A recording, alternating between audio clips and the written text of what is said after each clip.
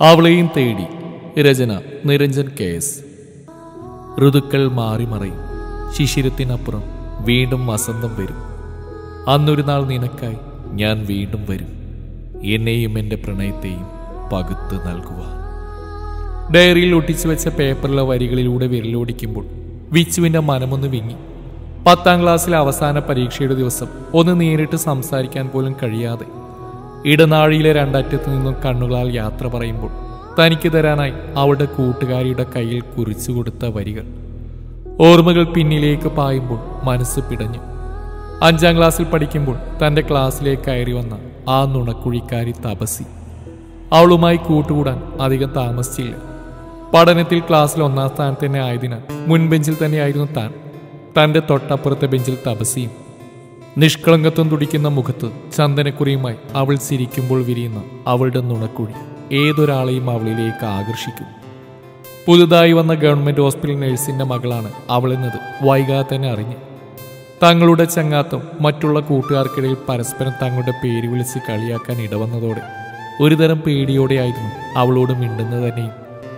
വലിയ വീട്ടിൽ താമസിക്കുന്ന നഴ്സിൻ്റെ മകളായ അവളും അന്നന്നത്തെ അന്നത്തിനായി ഹോട്ടലിൽ മരിച്ചു പണിയെടുക്കുന്നവൻ്റെ മകനായ താനും തമ്മിലുള്ള അന്തരം എന്തോ അവളോട് പിന്നെ കൂട്ടുകൂടാൻ മനസ്സ് അനുവദിച്ചില്ല.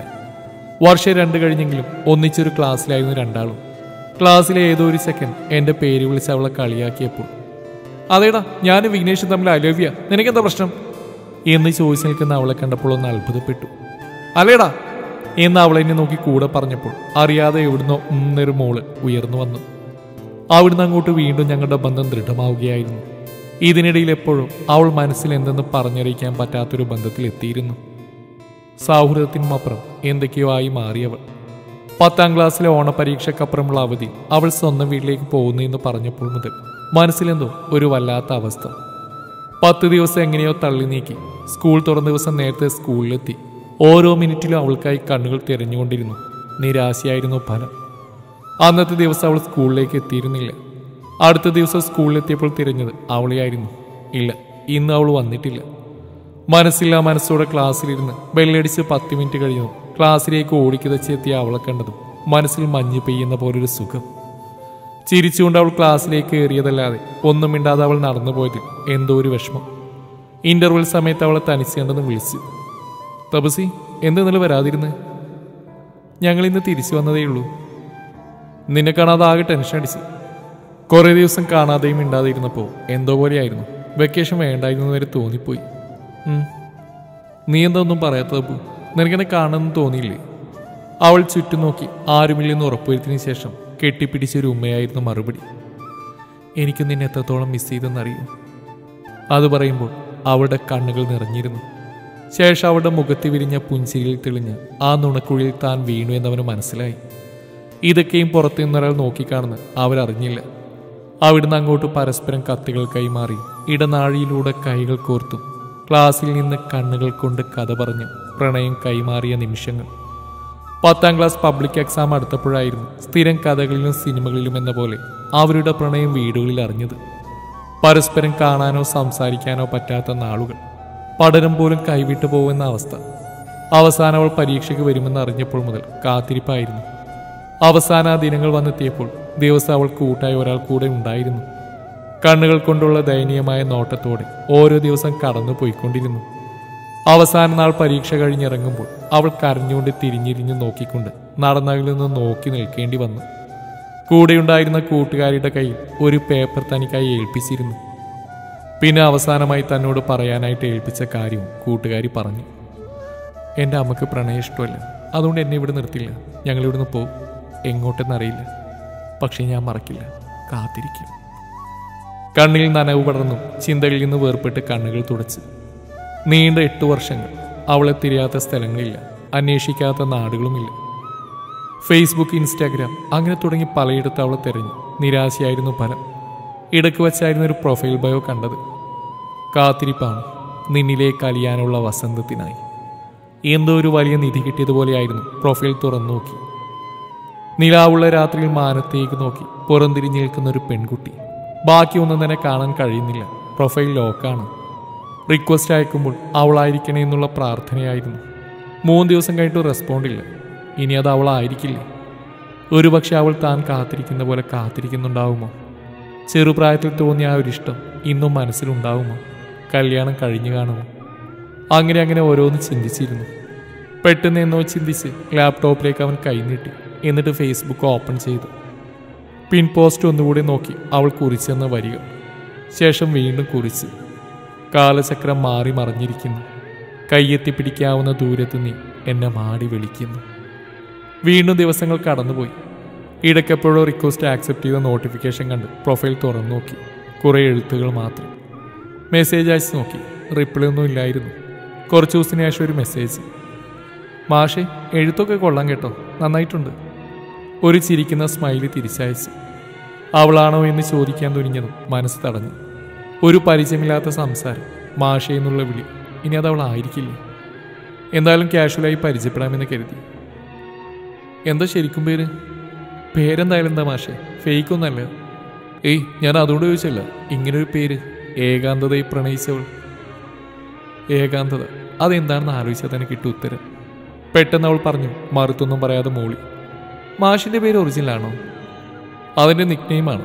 പിന്നെയുള്ള അച്ഛൻ്റെ പേരും വിച്ചു വിനായക്. അപ്പോൾ ഒറിജിനൽ പേരെന്താ?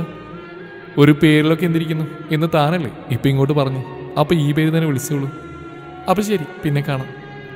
അവിടെ റിപ്ലൈ വന്നു. പച്ച വെളിച്ചം മാഞ്ഞു. അപ്പോഴും ചിന്ത അവിടെ ആ പേര് തന്നെയായിരുന്നു. ദിവസങ്ങൾ കടന്നുപോയിക്കൊണ്ടിരുന്നു. ചാറ്റിങ്ങിലൂടെ പരസ്പരം നന്നായി പരിചയപ്പെട്ടു. എങ്കിലും അവളുടെ ഫോട്ടോയോ പേരോ പറയാൻ തയ്യാറായില്ല. പക്ഷെ അവളോട് ചാറ്റ് ചെയ്യുമ്പോൾ എന്തെന്നില്ലാത്തൊരു സന്തോഷം. താൻ കുറിക്കുന്ന വരികൾക്ക് മറുപടി എന്നോണം അവളുടെ എഴുത്തുകൾ അവളിലേക്ക് കൂടുതൽ അടുപ്പിച്ച്. മനസ്സിൽ തപസ്സിക്കല്ലാതെ ഒരാൾക്കും സ്ഥാനം കൊടുത്തിട്ടില്ല. പക്ഷെ അറിയില്ല എന്താണ് സംഭവിക്കുന്നതെന്ന്. ചാറ്റിങ്ങിലൂടെ അവൾ പറഞ്ഞ കാര്യങ്ങൾ വെച്ച് നോക്കുമ്പോൾ അത് അവളാവാനും സാധ്യതയുണ്ട്. ചാറ്റിങ്ങിനിടയിൽ എപ്പോഴോ വീണ്ടും ആ പേര് കടന്നു വന്നു. വീണ്ടും ചോദിച്ചു, ശരിക്കും താനെന്തിനാ ഇങ്ങനൊരു പേര് തിരഞ്ഞെടുത്ത്? മറുപടി 2 സ്മൈലി ആയിരുന്നു. ശേഷം തുടർന്നു, ഏകാന്തത എല്ലാവർക്കും ആസ്വാദികരമല്ല, പക്ഷെ എനിക്കിഷ്ടം. ഏകാന്തതയിൽ ഓർമ്മകളുമായി കൂട്ടിയിരിക്കാൻ. ഒറ്റയ്ക്ക് അങ്ങനെ ഇരിക്കുമ്പോൾ എൻ്റെ ചെറുപ്പകാലം മനസ്സിൽ തെളിയും. അതിൻ്റെ ഓർമ്മകൾ, അതാണ് എനിക്ക് ഏറ്റവും പ്രിയപ്പെട്ടത്. കൊള്ളാം, അത്രയ്ക്ക് പ്രിയപ്പെട്ട എന്താണോ ചെറുപ്പത്തിലുണ്ടായത്? ഒന്നും അറിയാത്ത ഭാവത്തിൽ അവൻ ചോദിച്ചു. അതൊക്കെയുണ്ട്. ചാറ്റുകൾ നീണ്ടുകൊണ്ടേയിരുന്നു. ബന്ധങ്ങൾ അടുക്കുന്ന പോലെ മനസ്സും അടുത്തു. അത് അവളാണെന്ന് മനസ്സ് മന്ത്രിച്ചുകൊണ്ടേയിരുന്നു. വിച്ചു ആരെങ്കിലും പ്രണയിക്കുന്നുണ്ടോ? ഉണ്ട്, നിന്നെ തന്നെ തപസ്സി എന്ന് ഉറക്കെ വിളിച്ചു പറയണമെന്നുണ്ടായിരുന്നു. പക്ഷെ മൗനം വരിച്ചു. എന്ത് അങ്ങനെ ചോദിച്ച്? നിന്റെ ഓരോ വരികളിലും പ്രണയം ഫീൽ ചെയ്യുന്നു. കുറിച്ചിട്ട ഓരോ വരികളിലും ആർക്കോ വേണ്ടി കാത്തിരിക്കുന്ന പോലെ. അത് നിനക്ക് വേണ്ടിയാണ്, നിനക്ക് വേണ്ടി മാത്രം. മനസ്സ് മന്ത്രിച്ചു. അത് പിന്നെ? ഏത് പിന്നെ? എന്താണ് ഒരു കള്ളത്തരം? ഏയ്, ഒന്നുമില്ല. ഒന്നും പറയണ്ട, എനിക്കെല്ലാം മനസ്സിലാവും. എന്താ താൻ പറഞ്ഞേ? ഒന്നുമില്ല. പറ, ശരിക്കും തന്നെ പേരെന്നോ? തനിക്കെന്നെ അറിയാമോ? തൽക്കാലം ഈ പേര് തന്നെ ഇരിക്കട്ടെ. അതാ, എനിക്ക് തന്നെ പരിചയപ്പെടുമ്പോൾ തന്നെ അടുത്ത ബന്ധമുള്ള ഒരാളെ പോലും തോന്നിയിരുന്നു. മുൻപരിചയോ? നമ്മളോ? അതെ, എനിക്കങ്ങനെ തോന്നുന്നു. ചിലപ്പോൾ ഉണ്ടായിരിക്കാം. അവൾ ചിരിയോടുകൂടെ റിപ്ലൈ അയച്ചു. എന്തിനാണ് ഈ ഒളിച്ചുകളി? പറഞ്ഞുകൂടെ ആരാണെന്ന്? മനസ്സിൽ പറഞ്ഞുകൊണ്ട് അവനടുത്ത മെസ്സേജ് ടൈപ്പ് ചെയ്തു. തന്നോട് ഇങ്ങനെ പറയണമെന്നറിയില്ല. താൻ പറഞ്ഞില്ലേ ഞാൻ കുറിച്ചിട്ട് ഓരോ വരികളിലും പ്രണയമുണ്ടെന്ന്? അതേ ഫീലിംഗ് തന്നെയാണ് തന്നോട് സംസാരിക്കുമ്പോഴും. എന്താ പറഞ്ഞ്?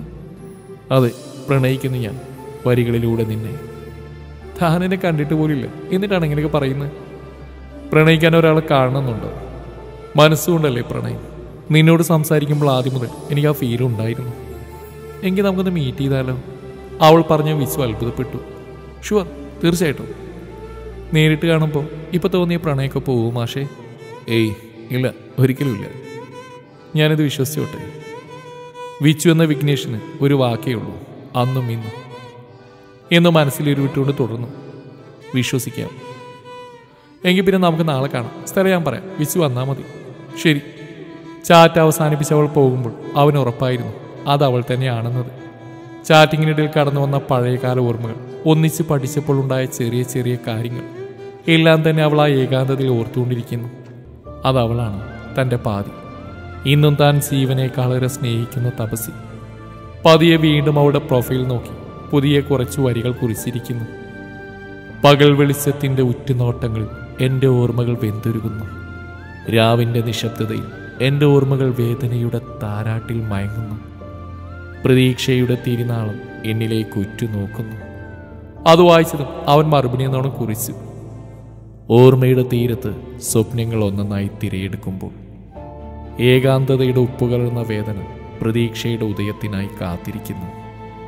അടുത്ത ദിവസം അവൾ പറഞ്ഞ സ്ഥലത്തേക്ക് ബൈക്കുമായി കുതിക്കുമ്പോൾ പറഞ്ഞറിയിക്കാനാവാത്ത സന്തോഷം. നീണ്ട 8 വർഷത്തെ കാത്തിരിപ്പ് അതിന് വിരാമം കുറിക്കാൻ പോകുന്നു. കുറച്ചു സമയത്തെ കാത്തിരിപ്പിനൊടുവിൽ അവൻ കണ്ടു തൻ്റെ അടുത്തേക്ക് നടന്നു വരുന്ന അവളെ. നീലക്കളർ ചുരിദാർ, കാറ്റത്തു പാറിപ്പറക്കുന്ന ഇടതൂർന്ന മുടിയിഴകൾ, നെറ്റിയിലൊരു ചന്ദനക്കുറി. കണ്ണെടുക്കാതെ അവൻ അവളെ തന്നെ നോക്കി. ഹൃദയം പടപടാൻ മിടിക്കുന്ന പോലെ അവന് തോന്നി. മാസ്ക് വെച്ചതിനാൽ മുഖം വ്യക്തമല്ല. മനസ്സിലാകെ ഒരു പരിഭ്രമം. വിച്ചു? അതെ. പതിയവൾ അടുത്തായിരുന്നു. കുറെ സമയമായി വന്നിട്ട്? അവളെ തന്നെ വീണ്ടും മുറ്റു നോക്കിക്കൊണ്ടിരിക്കുന്ന അവൻ അവളുടെ ചോദ്യത്തിലൊന്ന് ഞെട്ടി. ഏയ് ഇല്ല, കുറച്ച് സമയത്തേ ഉള്ളൂ. പറയുമ്പോൾ അവൻ്റെ ശ്രദ്ധ മുഴുവൻ അവളുടെ മുഖത്തായിരുന്നു. മുൻ പരിചയമുള്ള കണ്ണുകൾ. വിഘ്നേഷിന് എന്നെ മനസ്സിലായില്ലേ? തൻ്റെ ശരിയായ പേര് അവൾ പറഞ്ഞതും അവൻ കൗതുകത്തോടെ അവളെ നോക്കി. അവൾ പതിയെ മാസ്ക് ഊരി. താനിരുന്ന ഇരിപ്പിൽ താഴേക്ക് പോകുന്ന പോലെ അവന് തോന്നി. തപസ്യല്ല, മുഖത്ത് ആ നുണക്കുഴിയില്ല. അപ്പോൾ തൻ്റെ പ്രതീക്ഷകൾ. മനസ്സിലാകെ പരിഭ്രാന്തി പരന്നു. അനുപമ, നീ? 10ാം ക്ലാസ്സിൽ വെച്ചാണ് അവസാനമായിട്ട് കണ്ടതെങ്കിലും നല്ല ഓർമ്മയാണെന്ന് എനിക്ക് വിച്ചു. പതിയെ മുഖത്ത് സന്തോഷം വരുത്തിയെന്ന് ചിരിച്ചു. എന്തു പറ്റി വിച്ചു? ഒരു അസ്വസ്ഥത പോലെ. അനുപമ, അത് നിന്നെ ഞാൻ എങ്ങനെ തിരിച്ചറിഞ്ഞെന്നാണ് ആലോചിക്കുന്നത്? വിച്ചു സംശയത്തോടെ അവളെ നോക്കി. അന്ന് ഞാൻ നിനക്ക് എഴുതി തന്ന വരികളല്ലേ തൻ്റെ FB ബയോ? നീ എഴുതി തന്നോ? പിന്നല്ലാണ്ട്. അപ്പോൾ തപസി? അവൾ പറഞ്ഞു നിന്റെ സങ്കടം മാറ്റം എന്തെങ്കിലും ചെയ്യണമെന്ന്. അപ്പൊ പിന്നെ എനിക്ക് തോന്നിയ വഴിയായിരുന്നത്. നോ, ഞാനിത് വിശ്വസിക്കില്ല. അതെന്താ? തൻ്റെ സങ്കടം എനിക്ക് മാറ്റിക്കൂടെ? എനിക്കും ഇഷ്ടമായിരുന്നവിടെ തന്നെ. ഇന്നിപ്പോൾ വിച്ചു തന്നെ എന്നോട് പറഞ്ഞില്ലേ എന്നെ ഇഷ്ടമാണെന്ന്, ഒരു കാരണവശാലും ഉപേക്ഷിക്കില്ലെന്ന്. അതാണ് നീ ഇതാ ഞാൻ ചോദിച്ചത്. നീ എന്നെ നീട്ടേണ്ട, നിനക്ക് ഇഷ്ടമുണ്ടാവൂ അതോ പോവുമെന്ന്. എന്തു പറയണമെന്നറിയാൻ കുഴങ്ങി. എന്തു പറ്റി വിച്ചു? വരികളിലൂടെയൊക്കെ പ്രണയിച്ചല്ലേ നമ്മൾ? ഒരുപാട് പ്രതീക്ഷകൾ തന്നിട്ടിപ്പോ. എനിക്ക് എന്തു പറയണമെന്ന് അറിയില്ല. ഞാൻ നീ തപസ്യാണെന്ന് കരുതിയിട്ടാ. ഓഹോ, അപ്പൊ ഈ കാണിച്ച സ്നേഹമൊക്കെ സത്യമാണോ? ഞാൻ തപസ്യാണെന്ന് കരുതി അങ്ങനെയൊക്കെ. എനിക്ക് അവളെയല്ലാതെ മറ്റൊരാളെ സ്നേഹിക്കാൻ കഴിയില്ല. എന്നോട് ക്ഷമിക്കണം. പറഞ്ഞു തീരുമ്പോൾ കണ്ണുകൾ നിറഞ്ഞിരുന്നു. അപ്പൊ നീ തപസ്യല്ലാതെ വേറെ ആരും കെട്ടില്ലേ? ഇല്ല, എൻ്റെ ജീവിതത്തിലൊരു പെണ്ണുണ്ടെങ്കിൽ തപസ്യ മാത്രമേ ഉണ്ടാവുള്ളൂ. എന്നോട് ക്ഷമിക്കണം, തെറ്റുപറ്റിപ്പോയതാ എനിക്ക്. ഹലോ മാഷേ, കൂടുതൽ ക്ഷമാപണം വേണ്ട കേട്ടോ, പൊട്ടിച്ചിരിച്ചുകൊണ്ടവൾ പറഞ്ഞു. എന്താ സംഭവം എന്നറിയാതെ അവനവളെ നോക്കി. താൻ ഇപ്പോഴും ആ പഴയ നിഷ്കു വിഘ്നേഷ് തന്നെയാണല്ലേ? അന്നും ഇന്നും നിങ്ങൾക്കിടയിൽ മീഡിയേറ്റർ ഞാനാണല്ലോ. പൊട്ട, നിന്റെ മനസ്സിൽ ഇപ്പോഴും അവൾ തന്നെയാണെന്നറിയാൻ ഞങ്ങളൊന്ന് പ്ലാൻ ചെയ്ത ഈ ഡ്രാമ. അവനൊന്നും മനസ്സിലാവാത്ത പോലെ അവൾ നോക്കി. പണ്ട് 10ാം ക്ലാസ്സിൽ വെച്ച് നിനക്ക് ഉമ്മതരാൻ കാവൽ നിർത്തിയ മുതൽ ഇന്ന് വരെ നടന്ന കാര്യങ്ങൾക്ക് ഞാനും കൂട്ടുണ്ടായിരുന്നു. പക്ഷേ ചാറ്റ് ചെയ്തൊന്നും ഞാനല്ല കേട്ടോ, അവൾ തന്നെയാ. നിന്റെ പിറകിൽ നോക്ക്, ദേ നിന്റെ തപസ്സി. തിരിഞ്ഞതും പിന്നിൽ കണ്ട തപസ്സിയെ കണ്ട് കണ്ണുകൾ വിടർന്നു. നിറഞ്ഞ കണ്ണുകൾ പരസ്പരം കുരുത്തു. ഇരുകൈകളും നീട്ടി അവളെ തന്നിലേക്ക് മാടി വിളിച്ച് അവളെ ചേർത്ത് പിടിക്കുമ്പോൾ അവർ മനസ്സിൽ ഒരേ സമയം കുറിച്ചു. ഇനി നമ്മൾക്കായിട്ടുള്ള വസന്തമാണ്. ഈ വസന്തകാല സായന്തനത്തിൽ നീ എന്നിലേക്ക് അലിയുന്നു. വരിക, എൻ്റെ അരികത്തിരിക്കുക. ഹൃദയപാത്രത്തിലെ മധു നീ നുകരുക. ഉൾപ്പുളകങ്ങളിൽ ഇനി സ്വയം മറക്കട്ടെ ഇത്തിരി നേരം.